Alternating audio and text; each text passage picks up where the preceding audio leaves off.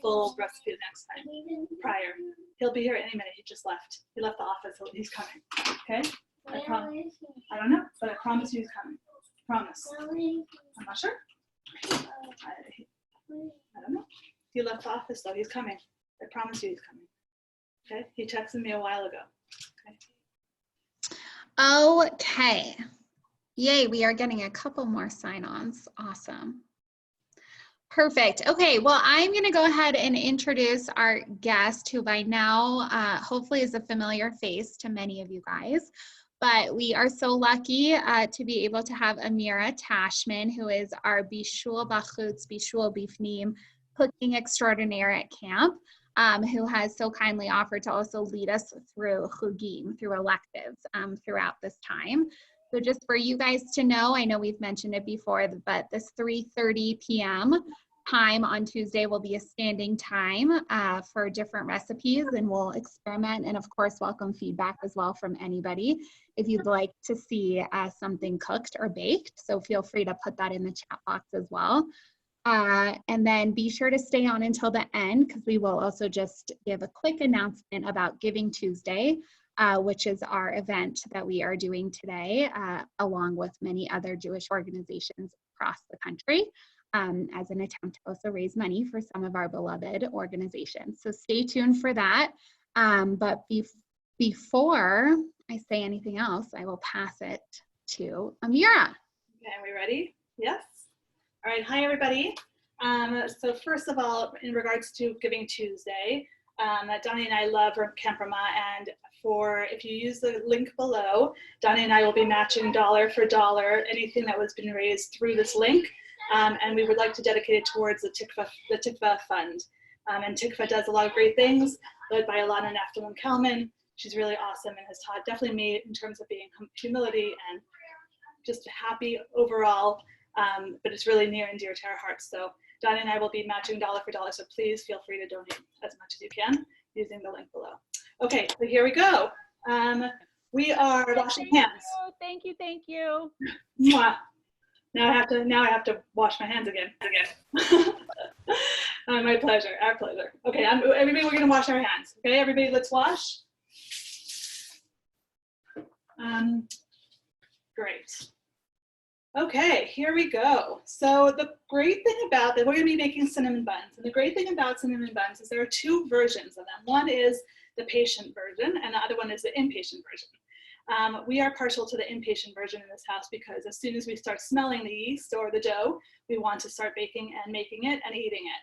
So I have two recipes, which we'll actually post both recipes in the Facebook chat below after we're done. One is the overnight yeast recipe, and then the other one is the non-yeast automatically make it, bake it, and eat it recipe, which is always great. And that's the one that we're going to be actually doing today. So here we go. Okay, so this is what we're actually going to be making. You can kind of look at that. That's the end result. And it doesn't have to necessarily be in this form. It could be in any form. And I'm actually going to show you how to do it in a square as well. So there that is. And it's been very, very, very enticing for me to dig in, but I haven't. Look at that. That's awesome. I made this yesterday also. Okay, so there are 3 stages to cinnamon buns. The first is going to be the dough. The second is going to be the filling, and then the third is going to be the frosting that goes on top. The frosting, if I don't say it later, please double up because it's so good, and you'll be eating it by the spoonful. As you'll taste it. It's really, really great. Okay, so what we're going to do is we're going to first do the dough. We're going to roll it out. We're going to make the filling, and then while it's in the oven, we are going to be making the frosting. It bakes in 20 minutes, so it's a pretty fast turnaround. And then we'll be able to eat and enjoy. All right, so let's talk about butter for a second. Because we're going to need actually a lot of butter. So in this recipe, you're going to need 1.5 sticks of butter. And generally on a stick of butter, you'll see there's small little lines, and those have tablespoon measurements on there. So not only do you have a stick of butter, but you can also do tablespoon measurements. So of this is an 8 tablespoon stick. We are going to need 6 tablespoons of this. All right, so 3/4 of the stick we're going to be needing for the filling, for the dough. And we're going to be needing 2 tablespoons for the frosting and 4 tablespoons for the butter, for the filling. Here's my trick. For the dough, we actually need it to be cold. And the reason is because we actually want bits of the butter to be into the dough. So when it rises in the oven, it actually creates these pockets and it kind of gives you a little bit of a lighter dough. So we actually want the bits to actually appear in the dough, which is why we actually use cold butter. But for the frosting and the filling, we actually want melted butter. So this is my trick. We are going to cut the butter to 6 tablespoons. Okay, so and then this is what we need cold. This is what we need melted. What we're going to do is we're going to put this into a little bowl, and I'm just going to stick it on my oven top. And the residual heat from my stove, from my oven down below, is actually going to melt this in a very, very easy, simple way. So if you put 2 tablespoons in a bowl, and then maybe 4 tablespoons in a bowl, because you're going to need this for your frosting, you're going to need this for your filling. You put them together, and by the time we need it, they will be melted, which is pretty cool. So I'm going to put these onto my stove. Melt. And that's also a good reminder for us to heat up our oven to 400 degrees. So 400 degrees, it's actually a fairly high temperature. And the reason why it's so high is because we have the butter pieces in there, and the butter pieces, once it's flashed into a very, very hot oven, the butter pieces will actually steam very quickly and will kind of almost create like a balloon in your dough. So you'll get a very nice and airy dough. Anything that's kind of light in texture and airy generally has much higher heat than a lower heat. So the idea is a higher heat, it basically comes in, expands the butter, expands the butter while it's cooking. So we're going to put it into a 400-degree oven. Okay, and we're going to be cutting this into small little cubes. So go ahead and cut it into small cubes, probably, I don't know, maybe, I don't even know measurements, but I'm going to do, let's say 6 across. And then I'm going to cut into half and then into cubes. So you basically want pieces that resemble that. Oops, sorry, I can't remember. Okay, so we're going to be cutting those into cubes.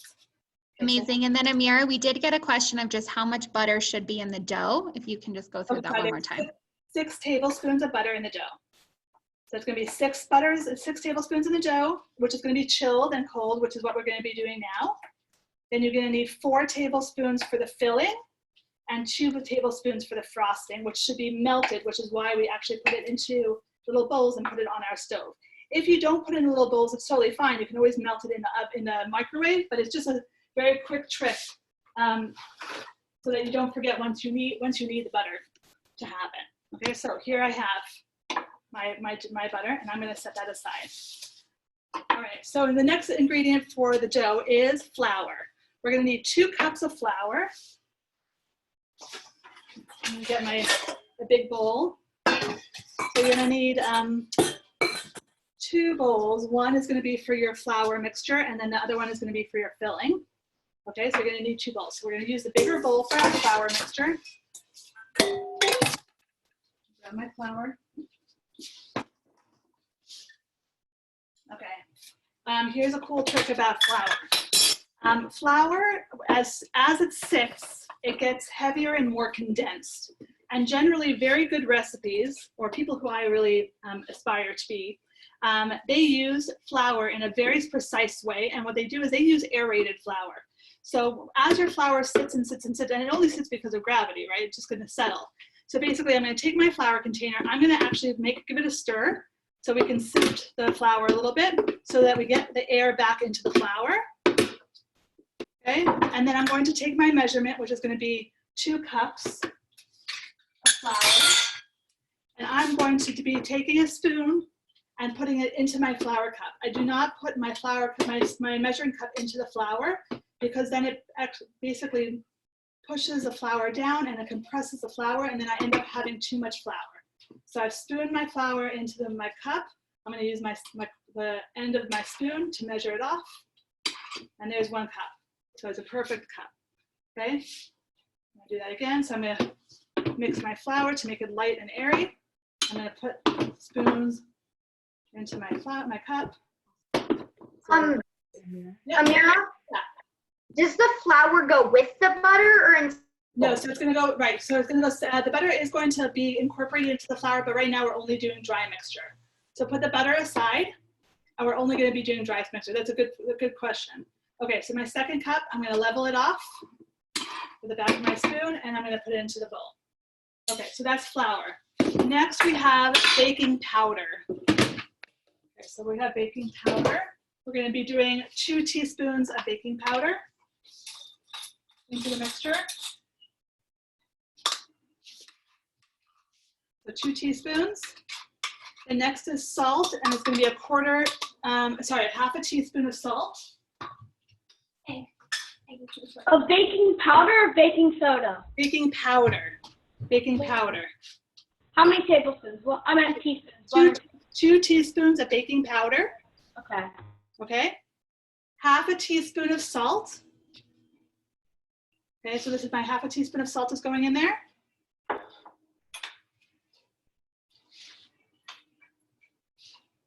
Is everybody good? Yes. And Amira, if for those who are just joining us or who got a little bit lost, can you just briefly go through the butter of the dividing and sure. now So we the have dry a stick of ingredients? butter. We are basically, what we did first is we took the stick of butter, we divided it into 6 tablespoons, so 3/4 of a stick. That 3/4 of a stick we cut into smaller chunks and we put it aside. Then we took a big bowl, and in the big bowl we are mixing our dry ingredients, which is 2 cups of flour, 2 teaspoons of baking powder, half a teaspoon of salt, okay, and 3 tablespoons of sugar. Here we go. 3 tablespoons of sugar. Big huge sugar for. You need to turn the oven on to a certain degree right Yes, now. to 400 to 400. Great question. 400. Okay, Mommy, 3 tablespoons sugar. How much sugar? 3/4 of a cup? 3 tablespoons. Oh. Just shy of 1/4. 3 tablespoons. So in measurements, 3 teaspoons equals 1 tablespoon, and 4 tablespoons equals 1/4 of a cup. So we need 3 tablespoons of sugar.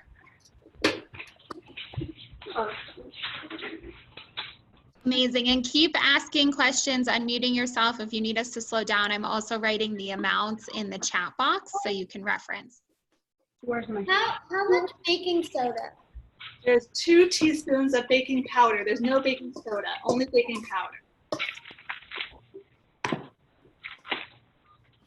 Okay, so here we have 4 ingredients. So in our dry ingredients, we have 2 cups of flour, 2 teaspoons of baking powder, half a teaspoon of salt, and 3 tablespoons of sugar. Baking soda. No baking soda, only baking powder. Salt. No, it was half a teaspoon of salt. Half a teaspoon of salt. Sorry.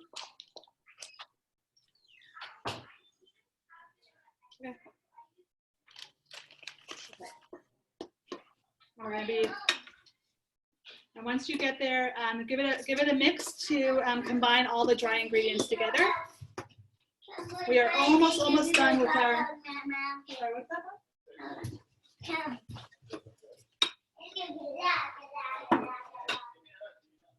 Okay, we good?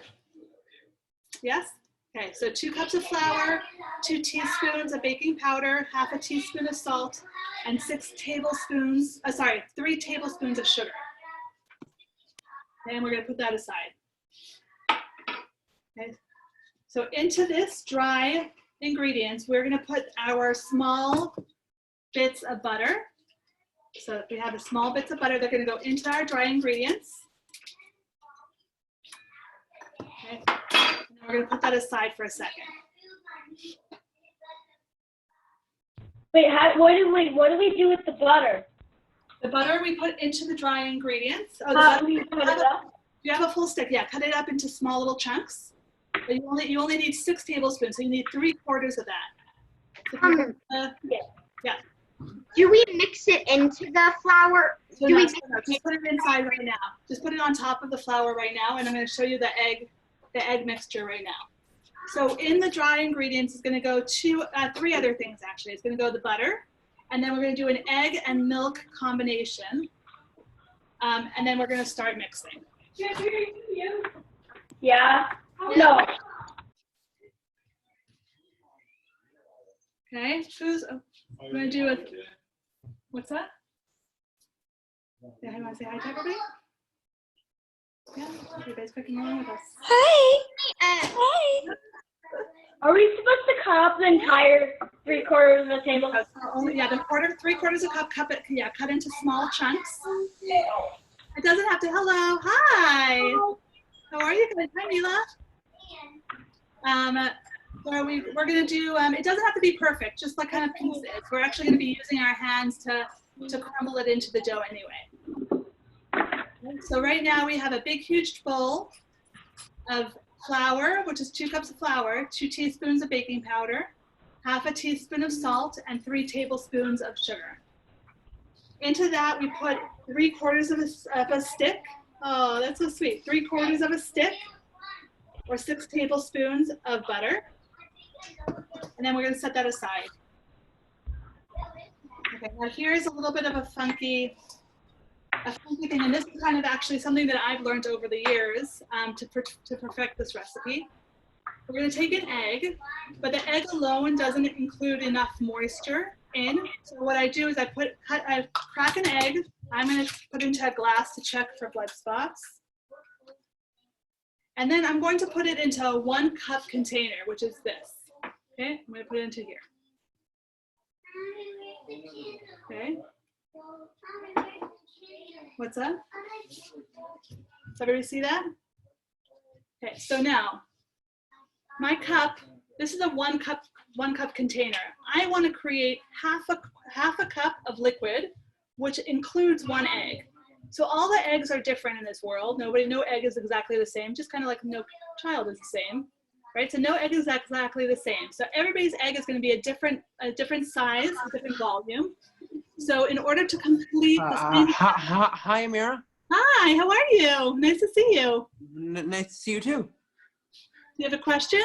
No, I'm just here to watch you make cinnamon buns. Fantastic. That's amazing. It's so good to see your face. So I have my egg into my 1/2 cup into my cup, okay? And then I need 1/2 cup of a liquid, which includes 1 egg. So if your egg is big, it may go all the way up to 1/2 cup. If your egg is small, it may be only 1/4 cup. So I have just shy of 1/2 cup. So I'm going to top my egg with milk or cream until 1/2 cup. If you don't have milk or cream, you can also use water at this point, but milk and cream would be much better. So we're going to take our egg, put it into a cup, and then we need 1/2 cup of liquid total. So I'm going to take my egg, I'm going to add my milk to 1/2 cup. So now I have 1/2 cup of liquid, which includes 1 whole egg. Does everybody see that? Yep, okay. To this, I'm gonna give it a little bit of a whisk or a little bit of a stir. You can use a mini little whisk like I have, or you can use a fork, and you're gonna mix it together. It doesn't have to be a perfect mix, it's just basically to combine the ingredients together. Okay, so I have this. And at this time, if you happen to have vanilla, this would be a good time to put it in. If you don't have vanilla, don't worry about it.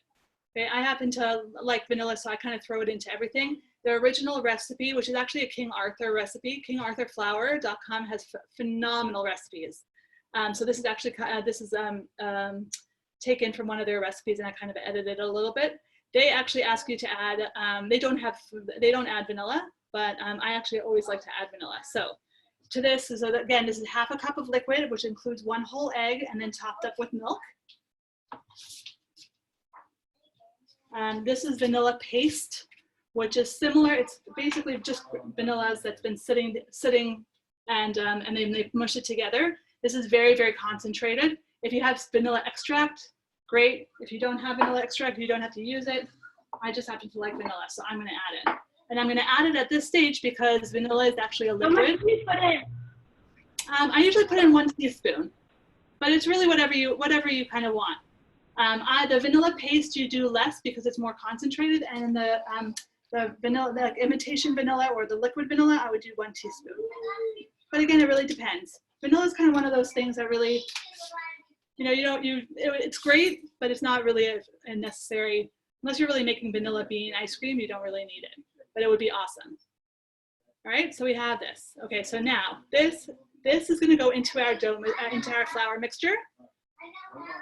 Okay, so it's gonna be poured into the flour mixture.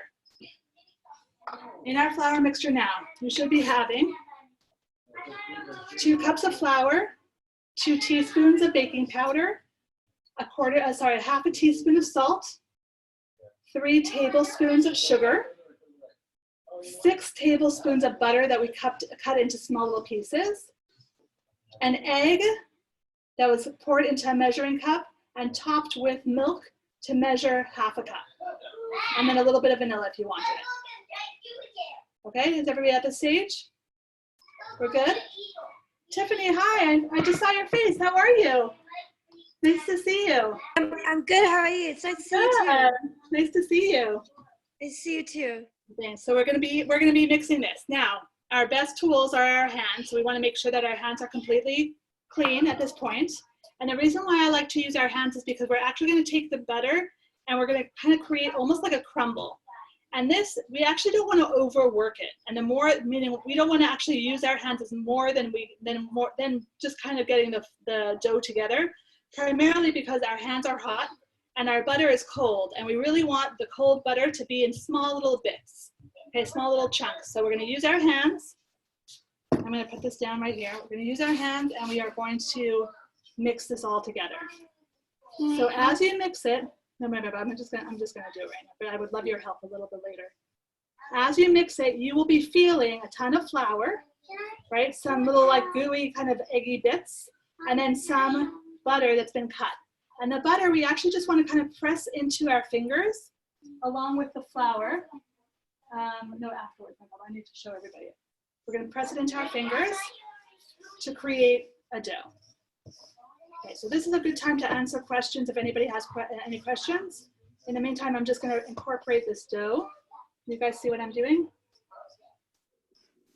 And it should come together pretty easily. Does anybody have any questions either on Facebook or on the Zoom? You can feel free to either unmute yourself and ask, or you can type it in the chat box. Okay, so here I have dough that's coming together. Everybody can kind of see. Is everybody kind of at the stage of bringing the dough together?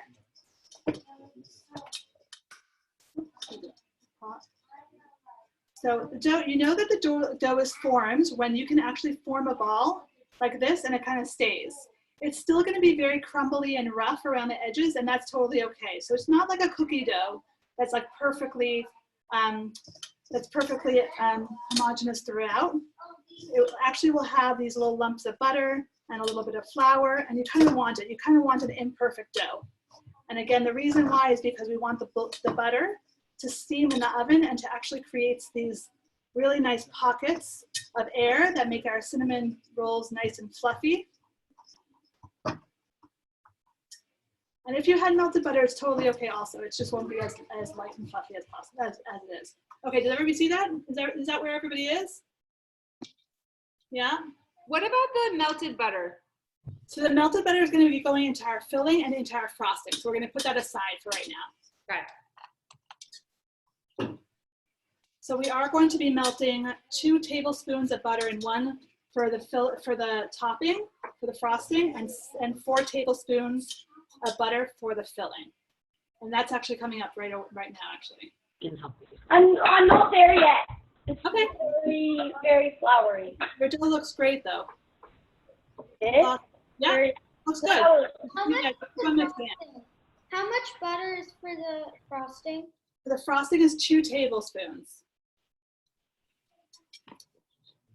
I'm actually going to share one quick tip that I learned the hard way. If you melt butter in the microwave, really melt it very slowly. So melt it for like 10 seconds and then take it out and stir it, and then 10 seconds again and take it out and stir it. Or else what's going to happen is as soon as the So in butter, there are different milk solids, right? And they're basically gonna melt. And then when they mix with steam is, right? So it basically, steam is water, evaporated water, and the butter has milk solids, which is fat. And when fat and water get together at high temperatures, do you know what happens? You get an explosion. It pops. So if you have your butter in the microwave and you do it for too long and there's too much steam and too much heat, your butter is going to fly everywhere and your microwave is going to be completely lined with butter. And it happened to me yesterday. So I mean, I bring it up. It happened to me a couple of years ago, but it happened to me yesterday also. So note to self, if you are going to melt butter, either do it on the stove, and if you're going to do it in the microwave, just do it in smaller time increments. Okay, but the way that we did it, you can already see now. Yeah, we remember how we cut it into small little pieces and we put it on the stove? I'm already getting melted butter just because it's on the stove and the oven, the stove is set to 400. So the residual heat is actually going to be melting my butter. Okay, so Sorry, and Amira, just for the other butter that's being melted, was it 4 tablespoons or 2 tablespoons? So there are 2. There's 4 tablespoons, which is for the filling, which we're going to be using now. And then there's 2 tablespoons for the frosting. So once your dough is like this, we're going to set it aside. Everybody see that? Is that where everybody is? I'm going to set this aside. How are you doing, bro? And then we have some questions about if it's not coming together, should you add any additional So ingredients? if it's not coming together, there are a couple of things that you can add. You can either add a little bit more butter if you wanted to, if you had it.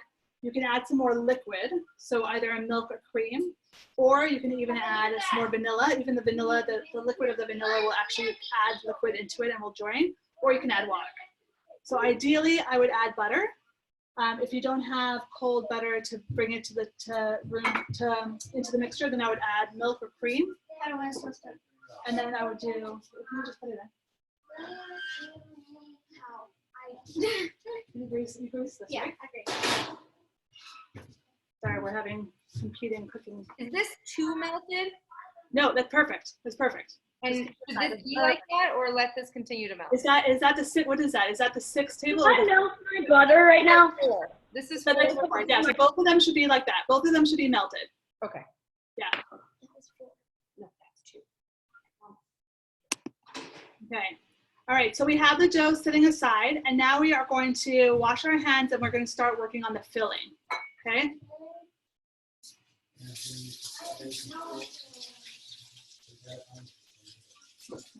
Should it be softened or melted? That was, it could be softened. It's fine. We're going to work it together, so it doesn't quite matter. It'll be easier if it's melted, but don't go ahead and melt it right now. At this point, if it's softened, it's totally okay. Okay. So now we're going to do the filling. So the next couple of steps are going to move pretty quickly. We're going to do timer. We're going to do the filling in another bowl. After we make the filling, we're then going to take our dough and we're going to roll it out. After we roll it out, we're going to put the filling on top of it. Then we're going to roll it into buns. We're going to cut it and we're going to bake it. And while it's in the oven, I'm going to show you how to make the frosting. And then if you guys want to stick around until afterwards, we can frost it together. And if not, you guys can frost it once it gets out of the oven. Okay? Can you read? You froze a little bit. Do you want me to repeat that? So right now we're going to be doing the filling for the cinnamon buns. Okay, so in a separate bowl. Okay, is everybody ready for that? Yes? Anybody have any questions? Okay. In a separate bowl, we're going to have our 4 tablespoons of melted butter. So put that into it. Oops, 4 tablespoons of melted butter. 1 cup, 2/3 of a cup of brown sugar. And the brown sugar should be packed. And I'll show you what I mean. So here we have brown sugar. And brown sugar is generally loose. Brown sugar is basically white sugar just with molasses in it. So if you don't, what do you make up? Do you have milk? I don't know how much. No, you can actually take this. Just grab the milk. How much? I don't know. You have to ask. Here's a 1/3 cup. Okay, so I'm here's gonna take it when I really need it. so here's brown sugar. Brown sugar is very loose.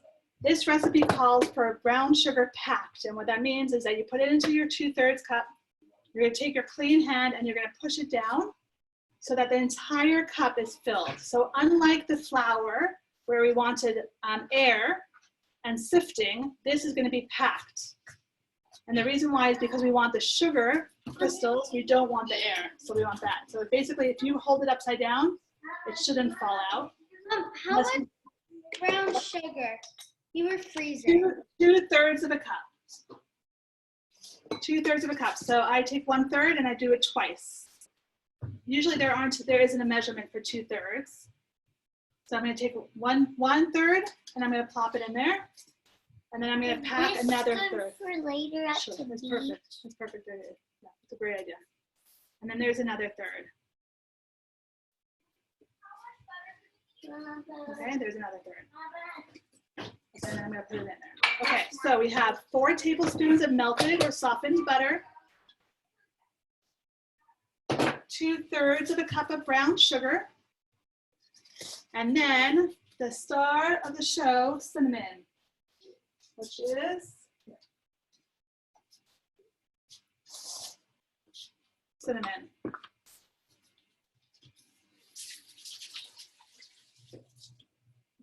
All right, and we're going to do 5 teaspoons of cinnamon. It seems like a lot, but it's actually going to be a little All right, hold on. I need a teaspoon. Of what? 5 teaspoons of what? 5 teaspoons of cinnamon. Oh. Okay, so in the filling, you have 3 ingredients. You have the melted butter, 4 tablespoons of melted butter or softened butter. You have 2/3 of a cup of brown sugar packed. So, and then 5 teaspoons of cinnamon. This has come a long way since Marcy Spitzer taught Bishul Bafoots to me 30 years ago. 5. I love Marcy. Marcy and I are actually very good friends. I learned a lot from Marcy. I would love Marcy to teach on here. Marcy and I would make a good team. I'm going to reach out to her and see if we can do it. But yes, I think she created Bishul, didn't she? I think so. No? If she didn't, she definitely made it popular. Everybody wants to be in that food. And whenever she comes to camp during the summer, everybody wants to see her and spend time with her. Amira, Okay. Yes. camp is going to be virtual this summer, but not real. Sorry, they haven't announced it yet, so we'll wait a couple of weeks until they announce it. But either way, I look forward to seeing you, either virtually or at camp. How's that? Not bad. Okay, sounds good. Hopefully just right. I hope so. All right, so we have 2/3 of a cup of packed brown sugar, 5 teaspoons of cinnamon, and then our melted butter, and we are going to mix this. Okay, so we're just basically going to take a teaspoon, a spoon, a fork, whatever you have, and mix. You're welcome to use your fingers also, but they will get very dirty. If you like cinnamon and licking your hands after cinnamon, use your hands. I guess you can also lick the bowl, which is always a good thing. Okay. So here I'm mixing. Slow down. It's gonna get the cinnamon out well.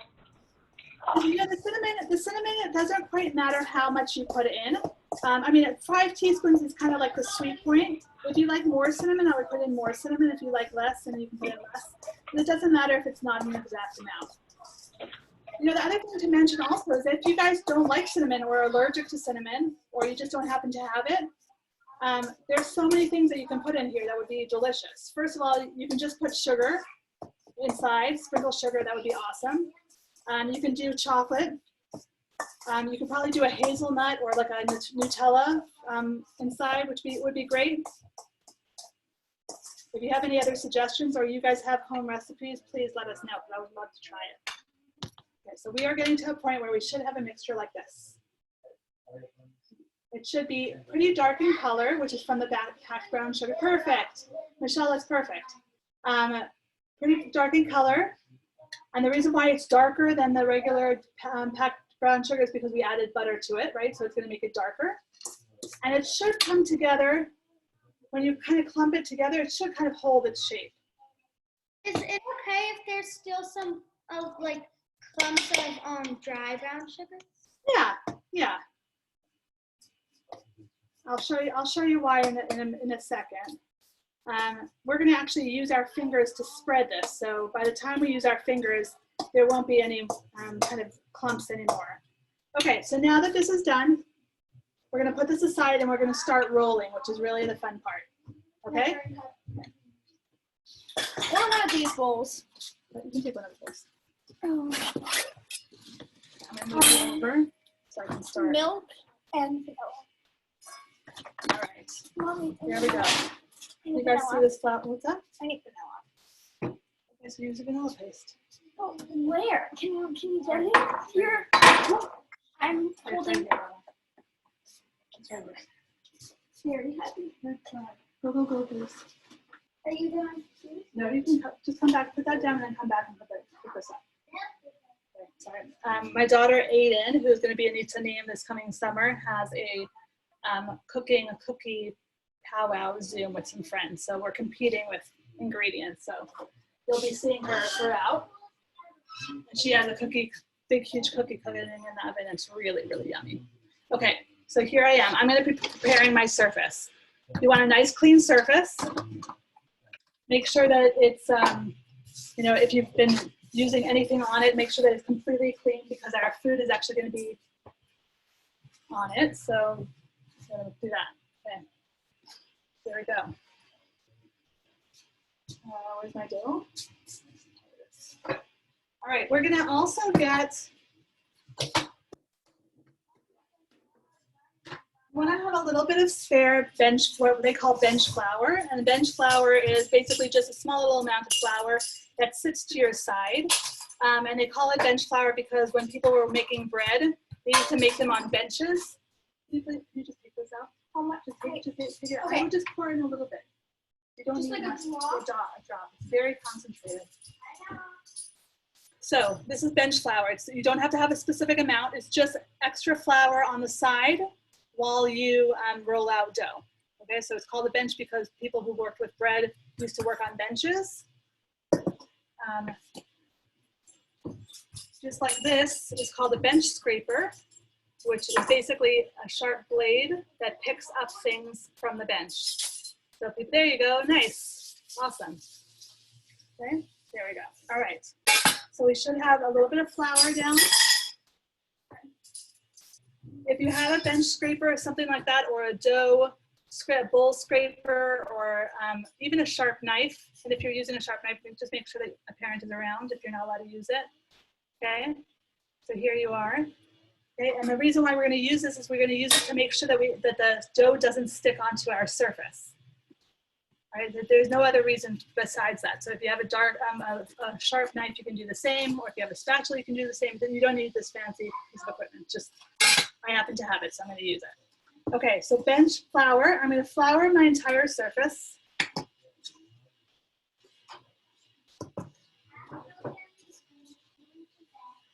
And I'm going to do so so to make sure,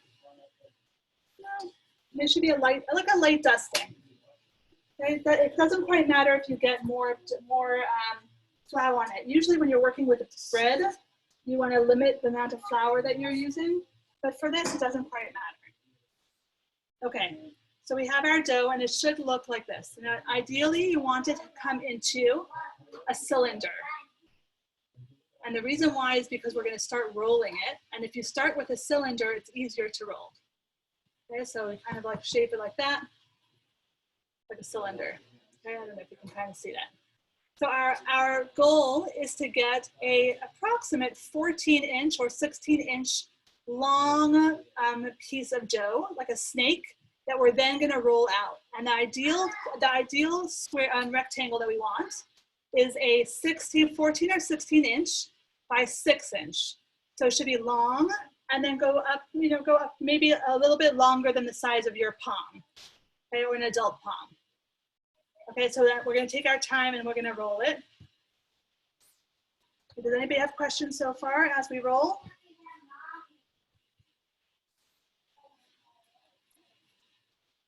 If you have a rolling pin, it would be great, but you don't need it. You can kind of roll yourself. And as, if you can see what I'm doing, I have like a kind of a thickish log. I'm taking my hand, my palm, and I'm rolling in the center for a little bit. And then it looks like a dog bone. And then I'm gonna roll out the ends. And I'm gonna keep on doing that. Roll the center and then roll the ends. And this is a way to make sure that your center and your ends all spread at the same time. So I have a longer log. Where should I find a tiny spatula? Your center, that's fine. And then your ends. Not on your computer. What do I do if there's like still like butter? That's totally fine. You actually want to see the butter. That's a great form of a cinnamon dough when you actually see the bits of butter in there.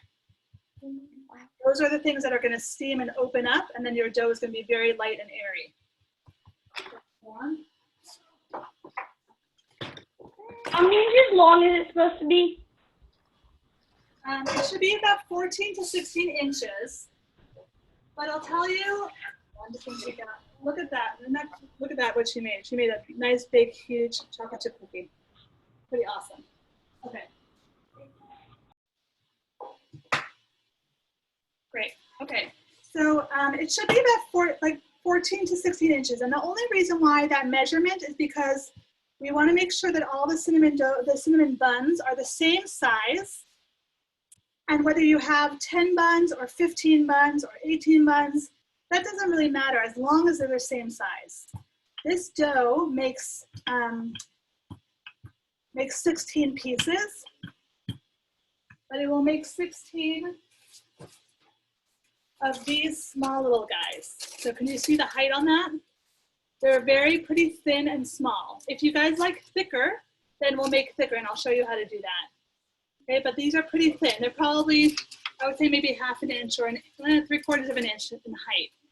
So they're not super tall, they're pretty thin.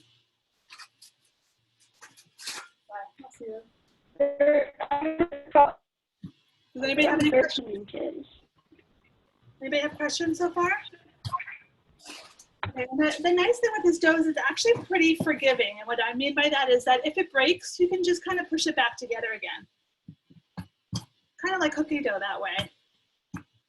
So you want to kind of get it as flat and even as possible. Do you have any questions while we're doing this? Does anybody want to show me their dough I can help out or not? Or Is this good? let's see. That's great. Is that a rectangle? It's very hard for me to see from here. If it's a rectangle, the most important part about the reason why we want a rectangle, again, we want every single cinnamon bun to be the same in size so that it all bakes together. And also that way you guys don't fight as siblings to get a bigger one or a smaller one. Lovingly, I'm sure you fight lovingly, but still, I'm the first one who wants the bigger one, so I totally get it. Okay, so I have a pretty good square, a pretty good rectangle here. So you can kind of see towards my side, it's gonna be pretty hard. Towards my side, I have like a little funky kind of like area here that's not exactly perfect. So what I'm gonna do is I'm actually gonna, can you see this? It's very hard to see if you can see this. I'm actually gonna take off a little bit of dough from here, from the end, and I'm gonna take it off and I'm gonna put it back down here. So if you have any straggling ends, you guys can just cut it off and then make sure that you have a complete rectangle.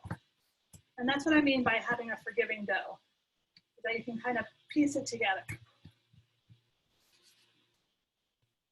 How's everybody doing? Everybody okay? Yeah? Okay. This is where we get to, I see a lot of very, very fun smiles and laughter. This is where we get into the bench scraping. So this blade here is gonna go in between the dough and our countertop. And we basically just wanna use it to loosen the dough from our countertop. And the reason why is because once we have our filling in, we're gonna start rolling, and we wanna make sure that nothing sticks to the counter. So either use a knife or a spatula edge or a bench scraper if you have it, and make sure that nothing is sticking to your countertop. Having the flour down there before should allow an easy release, but sometimes we press too hard with our roll that we get some sticky parts. So I'm pretty good down here. I took it out a little. Okay. Is everybody good? Well, how are we doing? Any questions? We're doing great. Scrolling through, everybody really has some nice looking dough. So I think we're doing great. Fantastic. All right, so here we are with our flat dough. Here we now, we're at the stage. Now we have our filling. This is the most important part about rolling. We need to keep an edge closest to us, completely free of filling. So we want to make sure that it's complete, what I call like a naked dough. So I'm going to take a line and I'm basically going to make a mark on my dough. You can kind of see that mark. Can you see that? I'm not sure if you can. Can you see that mark, Al?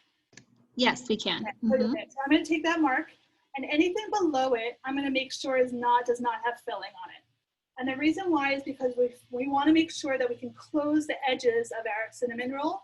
So as we roll, we want this to be able to adhere to the outside dough. So it basically creates like almost like a seam, like a piece of tape in order to close it. Okay, so I'm not going to have any filling here. So we're going to take our filling, we're going to put it onto our dough, and then we're going to use our hands, and we're going to spread it out to every single part of the upper part of the dough above our line. And we want to make sure that it's kind of even.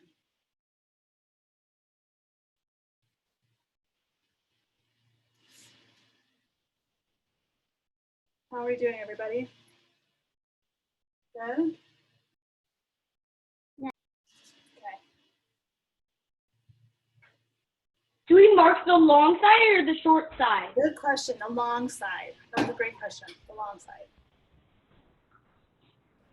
And I did just want to give a shout out to say Toda Rabah. We already have some donations that are coming in. Amazing. So thank you guys so much, and keep it up. And thank you, Amira, for leading so well. Thank you, everybody. Sure. Then Donnie and I are going to match dollar for dollar for the TIFRA program at Ramah, so please feel free to give as much as you can.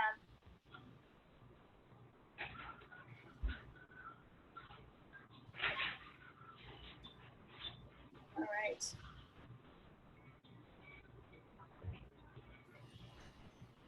Okay. Is everybody pretty good? Does anybody have any questions? So if you can kind of see how I'm, in order for me to, I took it out already, right there, Bella. It was done to have a higher temperature. Careful, it's very hot. Oh, So in order for, sometimes when we press, we're actually going to press not only the sugar, but we're actually pressing the dough away, right? So what I like to do is I like to take my spare hand, my right now for me, it's with my right hand, and I'm actually going to hold the dough, and then I'm going to press the filling all the way up to the dough. And then what this is doing is actually stopping the dough from moving and only allowing the filling to come up. Does everybody see that? So I'm going to try it over here. So this is all empty. So I'm going to hold the dough and I'm going to push just the filling up there. Okay, we want to make sure that there's filling all the way up to all three corners. Sorry, all two corners up there and then to our line.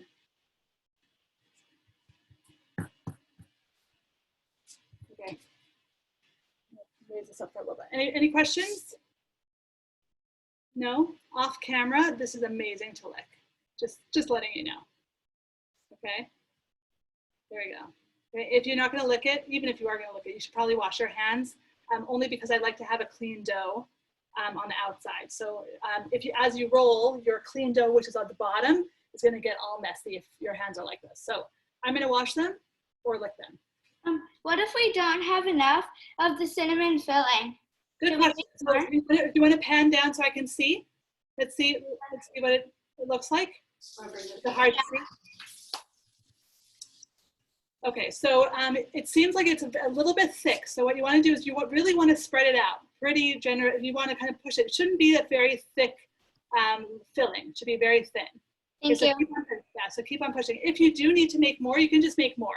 Okay, thank you. Okay? Sure.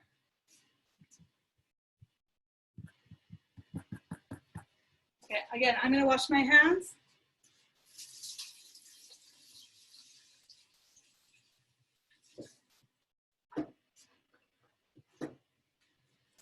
All right. Move all this over.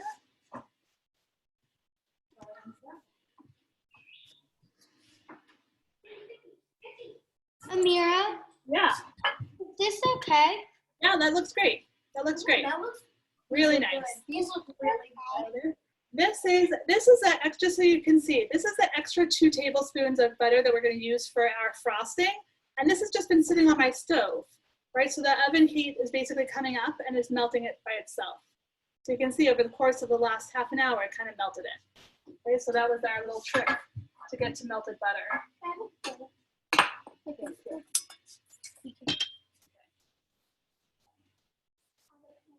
Okay, so this is now our next stage. We're going to take our whatever container we are going to bake in. So ideally for this, how I normally bake is like this. And this is a 9-inch. Wow, Amira, that looks yummy. Oh, fantastic. Are you going to come over? We're going to eat together. Oh, not in real life, but just virtually. Okay, I will think about you when I eat it. How's that? Good to me. Okay, so here we go. So this is a 9-inch round that I made in a springform pan. Okay, that's generally how I make them. Right now, my daughter has a 9-inch round springform pan, so I'm going to change it. I also wanted to kind of show you because a lot of people don't have this specific size. So in this, size doesn't quite matter in terms of the actual container. The thing that matters is you actually want space in between each cinnamon roll. So as we put the cinnamon rolls in, we may be able to spread it out or to like push it together in order to fit as many cinnamon rolls as. So right now my dough is going to be for 16 pieces, but I don't think I'll be able to fit 16 pieces in here. I think I'll be able to fit maybe 12 because you have to have a space around it in order for it to grow. If you want very, very smushy, yummy, doughy cinnamon buns, you can pack them in there. But if you want kind of light and airy, you kind of want space around it. Is 10-inch okay? 10 inch is totally fine. Totally, totally fine. They're going to spread a little bit and they're going to be a little bit thinner, but it's totally okay. You're also, the thinner that you go, the less time it needs in the oven, right? Because the more surface area you have, the less time you need. Okay? Does that make sense? We're going to have a lot of heat going all over the place, so you need a little bit less time. So if you're using a 10-inch springform pan or anything else, just make sure that you keep an eye on it. Okay, you're going to take it out once it starts getting golden brown. Okay, so here, we're going to grease this really, really well. When I am making this for a lot of people who I really love or people who I want to impress, I put a lot of butter, actually, just that kind of pads of butter on the bottom, and then I sprinkle some cinnamon on top. But for right now, Pam, that's great. Perfect. For right now, we're just going to spray it or oil it. And I'm going to show you how to oil it in case you don't have any spray. Oil.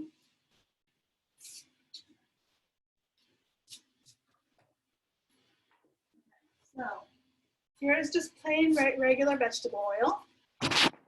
I'm going to put a little bit inside my pan, tiny, tiny little bit, maybe 1/4 teaspoon.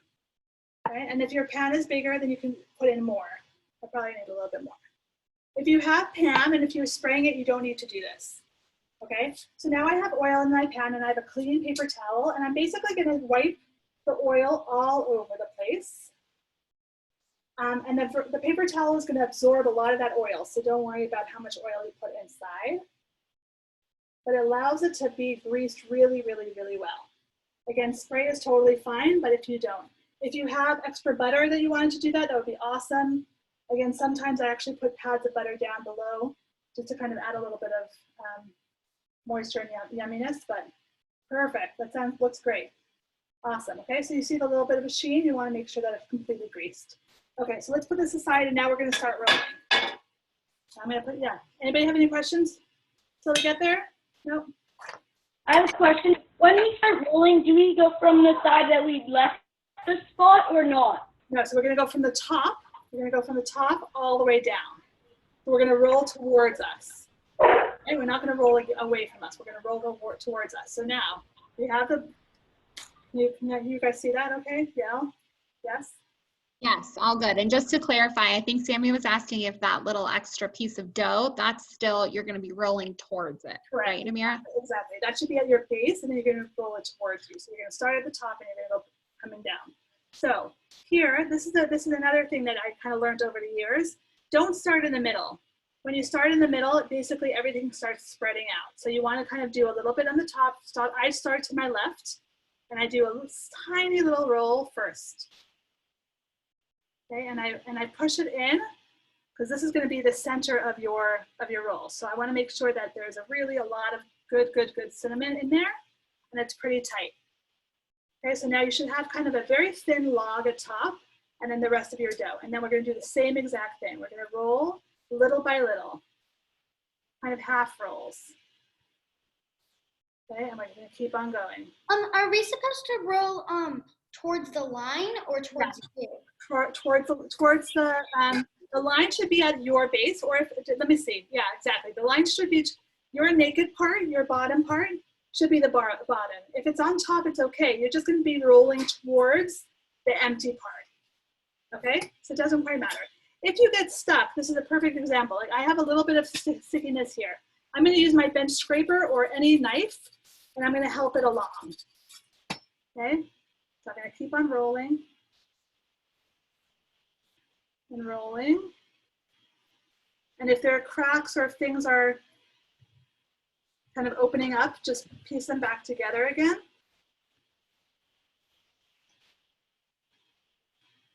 Okay. So here I've gotten to the end of my cinnamon roll. You see that? The end of my cinnamon roll. And I have this naked part right here. Okay, so now, I'm gonna make everybody very nauseous. Hold on one second. I'm gonna put you back. I'm actually gonna pick it. Hold on one second. I'm gonna pick it up so I can show you what I'm gonna do. Okay, so now my naked part is towards you. Okay, it's basically facing you. Okay, so now I wanna roll my roll onto the naked part where it has no filling, and I want to give it a pretty good squeeze down. Don't squeeze it completely, like don't push it, but you want to make sure that the seams are together. So after this, I should be able to roll it again and have a completely rolled dough like this. See how my dough is all together now? And it's okay if the bottom doesn't look that great, but that's what it's going to have. So now I have a long piece of cinnamon roll. And here's where you can basically decide how thick you want it and the size of your pan. So remember I said in my 9-inch pan, I do 16 pieces. So because I can only fit 12 pieces in here, I'm gonna make them a little bit taller. If you have a wider pan, you can make them a little bit smaller so that you have more, so maybe you can do 18 or you can do 20. Okay, does that make sense? So I'm gonna do 12 because I have a smaller pan. I'm just going to make them a little bit taller, right? So for example, this,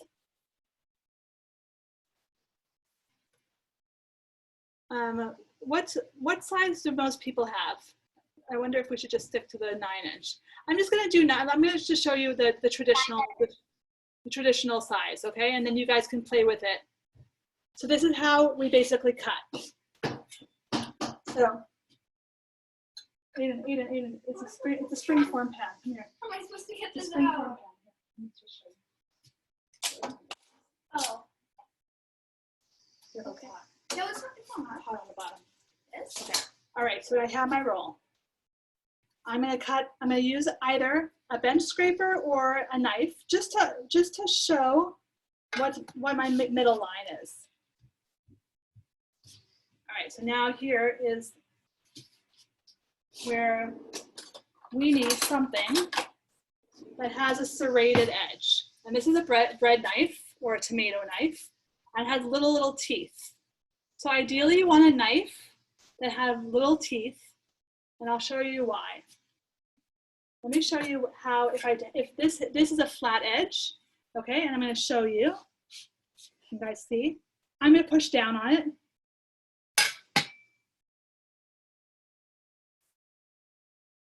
I'm going to do it one more time. Yeah, I'm going to do it on this side so you guys can see. If I push down on it, do you see how the dough is kind of bubbling out? See, and it's going to look at that, and it's going to misshapen your dough. So now you're going to have an oblong instead of a round. But look what happens when I use my serrated knife. I'm going to use a serrated knife, and I'm going to saw going down back and forth, and there you have, look at that. So look at this compared to this. Does that make sense? So you see, if you do a serrated knife and you saw it back and forth, you will get an ideal shape, a round shape, or if you just use a regular knife, you apply too much pressure and then you get kind of like an oval. The oval will still taste really good, it just won't look as pretty. It works the same if you use the normal knife. It works the same. If you just have to saw. Sorry, well, I didn't hear the question. What was that? I'm just saying, if you use a normal knife and you can go back and forth quickly, it works. True, correct, exactly. A regular knife actually has a little bit of serration on the edge. So yes, and if you don't apply a lot of pressure going down, you should be fine. So how I do it is I basically divide my dough into half. So here's my half. I'm going to divide that one into half again. So now I have 4 even pieces.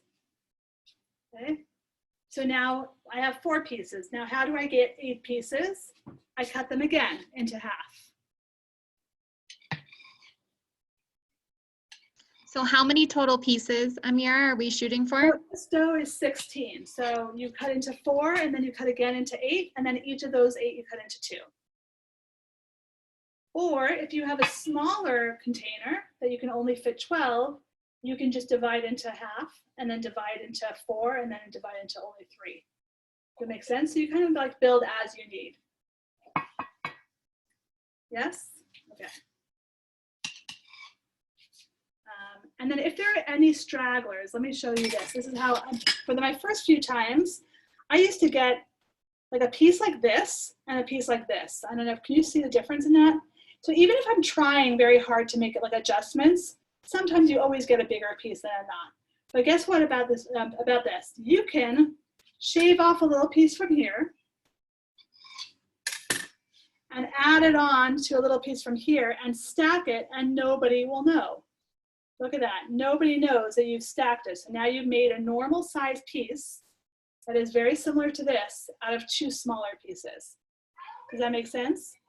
So if you mess up in terms of your cutting equally, just shave off a little bit and kind of stack them up so that they all equal. And the way that you know if they're equal, if you turn them onto this, on the swirl side facing your countertop, going down, they should all be roughly the same height. So I know that this one is a little bit too high. So I'm going to shave off a little bit. I'm going to put this down. And now I have 2 small pieces. Okay, and I'm just going to stack them together because they will bake. Eventually they'll bake together. I'll just stack them together to make the same type of height. Okay. All right. Does that sound good? Good. And this should be very pretty. So you should be able to see the swirls. Okay, and this is where your placement comes in. We're going to take our pieces and we're going to put one up against the edge, and you want to leave a finger width. So take your thumb and basically put it in between the 2 pieces.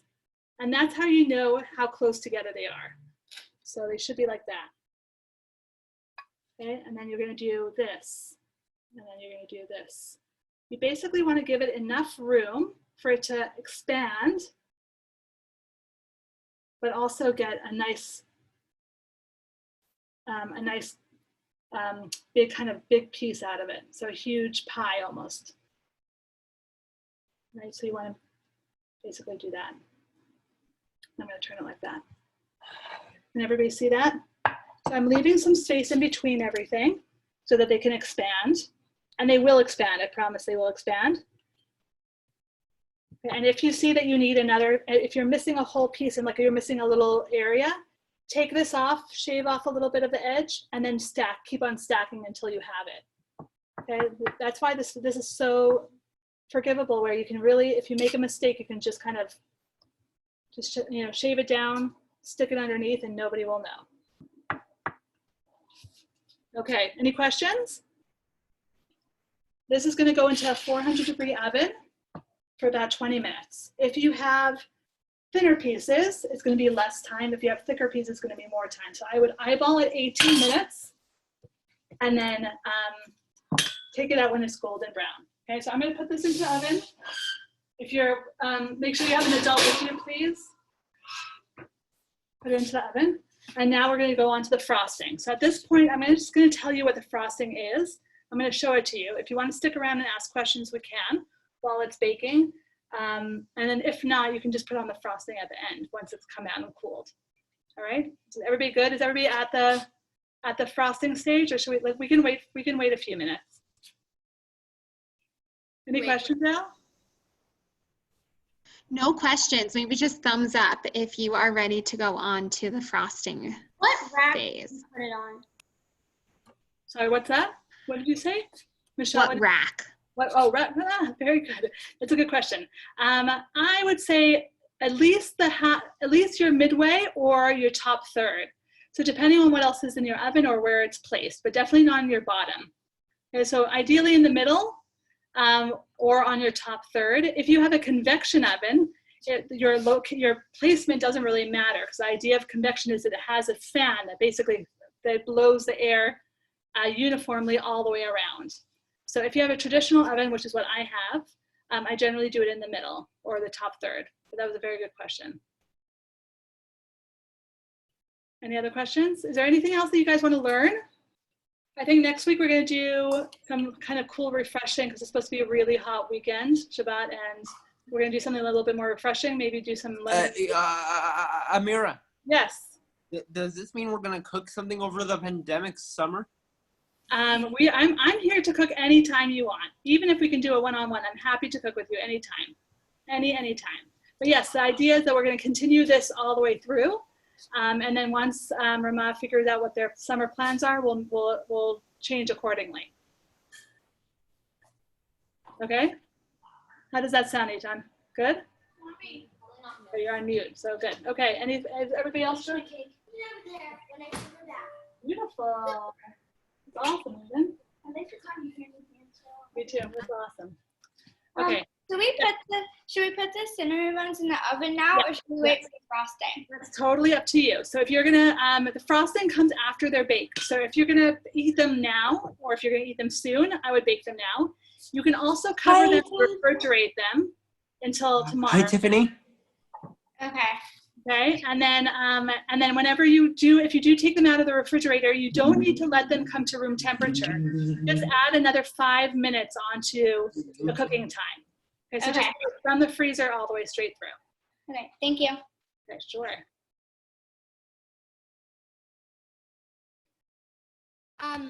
If you just like put it in the fridge, like so you can have them like tomorrow morning, do we need to like add any extra time or anything? No, so if it's coming from the fridge, you don't have to add time. If it's only coming from the freezer, then you add 5 minutes. Okay. Just make sure that it's wrapped pretty well. So like saran wrap it so that there's no extra air coming in. Okay.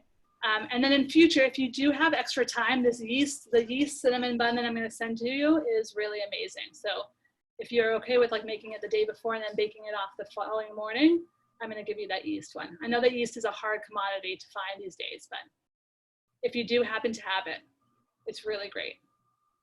How long are they supposed to be in for? We're going in for 20 minutes.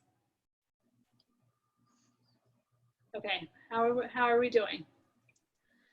I think we're doing great. Most people I see have placed it in the oven, which is awesome. So I think we should go ahead, just in the interest of time, onto frosting, and then we'll finish it up. Fantastic. Okay, so we're going to get another, either clean a bowl or get another bowl. Aiden, my daughter, took my bowl. I'm just going to give this a quick rinse out, 1 sec.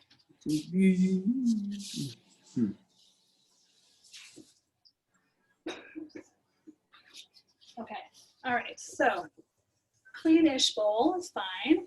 So the frosting is basically 4 ingredients.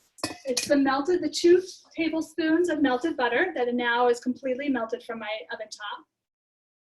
1 cup of powdered sugar, half a teaspoon of vanilla or a 1/4 teaspoon of paste, and then a pinch of salt. And salt is a really important ingredient here. You always bake with salt, always to bring out the flavor. It won't taste salty, but it will enhance the flavor. I'm sure you guys have heard it over and over again. So anytime a recipe calls for either, even if it doesn't call for salt, always do a pinch of salt. All right? Okay, so we're gonna pour all of our ingredients in together. I'm gonna grab my powdered sugar. My powdered sugar. So 1 cup of powdered sugar.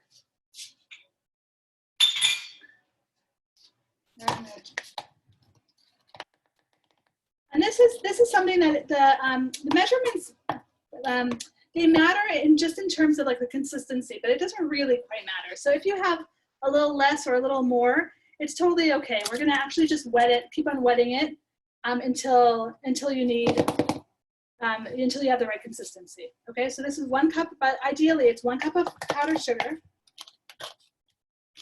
This is a half a cup for me. I'm just gonna open it. Right. Can't see this.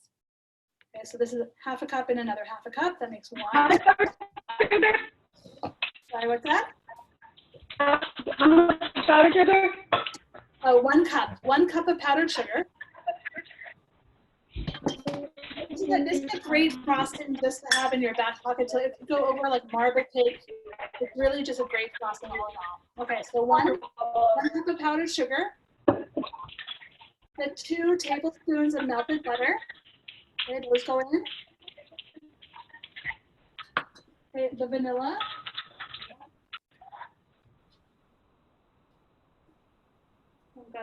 I have the vanilla paste or vanilla essence, whatever you have. How much vanilla?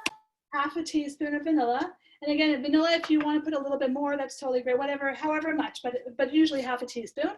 And then a pinch of salt. Where's my salt?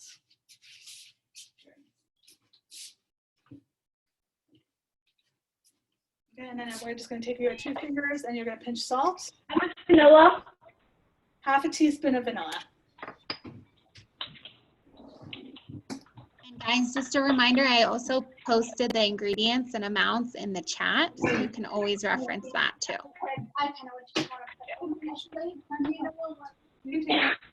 What was after vanilla? Vanilla and then a pinch of salt. Okay, so this is all my ingredients inside. I have vanilla, a teaspoon of vanilla, a pinch of salt, that's 2 tablespoons of butter, and powdered sugar. And now I'm just going to mix. If you have an electric mixer, this would be a great time to have it come up. But you can also do it by hand with a fork. Okay? And you're basically just going to keep on mixing and mixing and mixing.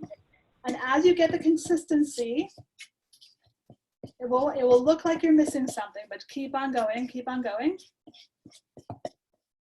Okay, once you get to this stage where you have kind of like a crumbled mix, now is when we're gonna add some liquid. So it's either milk, cream, or water, depending on what you wanna use. Half and half milk, whatever it is, any liquid.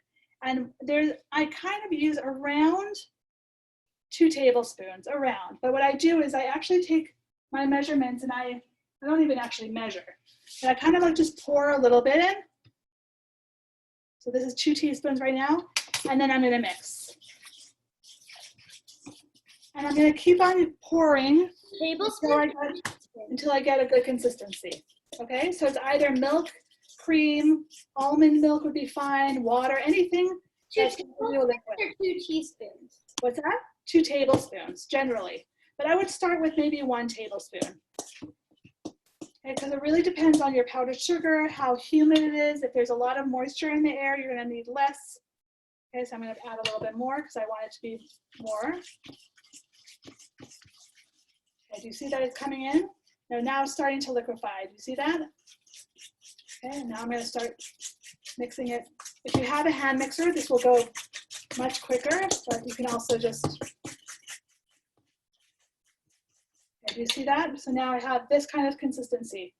For me, this is actually a little bit too thick. If you like it thick, that's totally fine. You can keep it like that. I'm going to add a little bit more water. A little bit more milk to it, and I'm going to keep on whisking. Okay. And I don't want it to be completely liquid because I don't want it to kind of just fall off the cinnamon rolls. I kind of want it to have a little bit of viscosity, a little bit of thickness to it. Okay, so this is a perfect frosting for me. See where it's kind of falling off the fork, but it's falling off in a pretty thick stream. And this would be a good stage to actually put your finger in and test it, just to make sure that you like it. And that's it. This is your frosting. Any questions on the frosting? No? Saw some faces. I think there was some taste testing happening. All right, awesome. Okay, so I'm gonna leave it aside. If you see that this solidifies a little bit before you used it, just give it another little whisk. Okay, so you may see some kind of crackle on the top or like it getting a little bit hard. That's just the powdered sugar coming together, crystallizing together. Just break it up and just whisk it a little bit more and it'll come back to itself. You can always add more milk if you need to, but I don't think you're gonna need to. This is just gonna be a whisk. And this, you wanna apply this at least 20 minutes after the cinnamon buns come out, or else it's gonna melt everywhere. All right, so let the cinnamon buns cool a little bit and then pour this over. Oh, that smells so good. It smells really good, huh? Yeah, wanna say hi to everybody? Hi. This is Aiden. Buttercream. Hi. And then, Amira? yes. I have a question. So if I'm gonna let my cinnamon buns, if I let my cinnamon buns cook in the morning, Yeah. I want to put the glaze on it. If I put the glaze in the fridge tonight, Oh, you can. If you want to make it now, you can totally make it now, or you can make it in the morning. So you can make it now and just put it in the fridge. Yeah, and then you're gonna have to. And then take it out when it comes out of when you put the cinnamon buns into the oven, bring your frosting out and just let it sit, and then whisk it up again. Okay, thank you. That'll be totally fine. Make sure that it's airtight. I already put my cinnamon buns in the oven, but okay, never mind. Okay. All right, so there's my. All right. Okay, and then once they come out of the oven again, after they're frosted, they will look like this. Can you see that? So the frosting is nice. Then this is completely cold, but the frosting is nice all over into all of the little valleys. Amira? Yeah. So can I put the frosting on tonight and then like freeze it? Yes. Yeah, totally. So I would freeze, good question. I would freeze it with the frosting on it. Okay. Only because it kind of adds moisture, and sometimes the freezer kind of rips the moisture out of it. So I would definitely put the frosting on it and give it a good cover. Okay. And then when you want to bring it up to room temperature, don't you can just take it out of the freezer and leave it on your countertop for a little bit. I would not put it into the oven to heat up though, because your frosting is going to go everywhere. So if you are going to freeze it, I suggest maybe freezing just the cinnamon buns when they are baked, and then frosting them once they come out of your freezer after you've warmed them up a little bit. Okay. Should we put the frosting on while it's in the spring form pan or after we take it out? So it depends on how. I usually take my things out of the oven and I put it onto a cooling rack like this.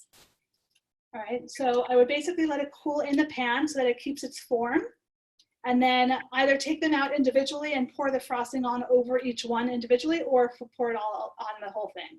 But for this one, which I did last night, I actually kept it in the pan, in my springform pan, and then poured the frosting over it, and I let the frosting harden. And then I opened it, and then you kind of see the frosting on. But it's also this, and then if I put this in the microwave, you can kind of see, like, if I put this in the microwave, it would get all gooey again. You can kind of see it's going to be really, really good. Okay, any other questions? No, anything else that you guys want to learn? We were thinking about maybe doing pizzas one time. Would you guys like to do pizza? There's many How does that pizzas. sound? Do pizza, anything else? Yeah? Yeah. I think next time we're going to Cookie do maybe, cakes. yeah, pizza? Sounds yummy. Yeah, pizza's great. And then another thing is also, I don't know if you guys are interested in it, but we can do a full like Mexican, as you guys, we can make our own like salsas at home, which is really a great thing to do. Tacos? We can do, yeah, I guess so. But we Having taco night tonight. nice. Cinco de Mayo. Happy Cinco de Mayo, everybody, right? Having Taco Tuesday. It's Taco Tuesday, and it's the 5th of May. That's awesome. So we can do we can do a salsa guacamole kind of night. That's also one other idea. So anyway, shoot out some questions, whatever you want to just kind of send either emails. You can always reach me, amira@gmail.com. You can always get in touch with Vermont. They know how to reach me. I'm on Facebook. Just reach out if you have any questions or if you want to do anything specific. And I will say also, I'm posting right now in the chat, we have a feedback form that we have been posting after every activity that we've been doing together. So if you have any suggestions of things that you want to cook with Amira, that's also a great place for you to be able to fill in those suggestions. Or as Amira said, we're always available for a phone call or just for an email. But we love hearing from you guys. So here is that link right there. I just posted in the chat box and it'll ask for feedback in general, but feel free to use it as suggestions as well. And then before I say goodbye, again, Donnie and I are matching dollar for dollar for whatever is fundraised today through this link down for the Tikva, I guess, Foundation Fund for Rama. So hopefully you guys can join us in donating. And it was great to cook with you and bake with you. Amira, thank you so much for your delicious cinnamon buns and for your generosity to the TICFA program. Love you. See you soon. Thank you. Thank you. Thanks, everyone. Pleasure. Thank you so much. Amazing. So for anybody who is interested or anybody who's on Facebook, feel free. Today is our Giving Tuesday. It is our day where we are raising money for our Corona fund in general, and then also according to the very generous donation towards our TICFA fund too. So please feel free. These are the links in order to donate. And I will say we are very, very grateful that over the course of this Zoom, we already got around 4 to 5 donations. So thank you guys so much. Enjoy. All right, happy for joining us. Happy cooking. We'll see you next week. Your cinnamon rolls when you eat them and post them and tag us because we would love to see them. For sure. All right, bye everybody. See you later. Bye everyone. Bye. Thank you, Amira. Thanks everyone. Bye. Thank you. Thank you so much. Thank you. Okay, I'm leaving now. Bye. Thank you. Thank you. Send us photos.